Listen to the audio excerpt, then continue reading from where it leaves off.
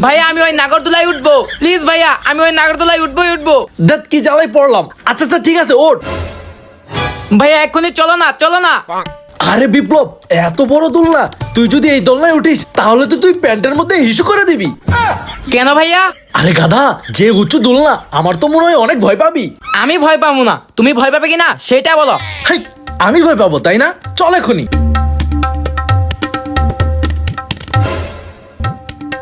ভাইয়া এই দোলনাটার সিট অনেক সুন্দর, এটাতে উঠাও। উরি বাবারে, ভয় লাগতেছে তো।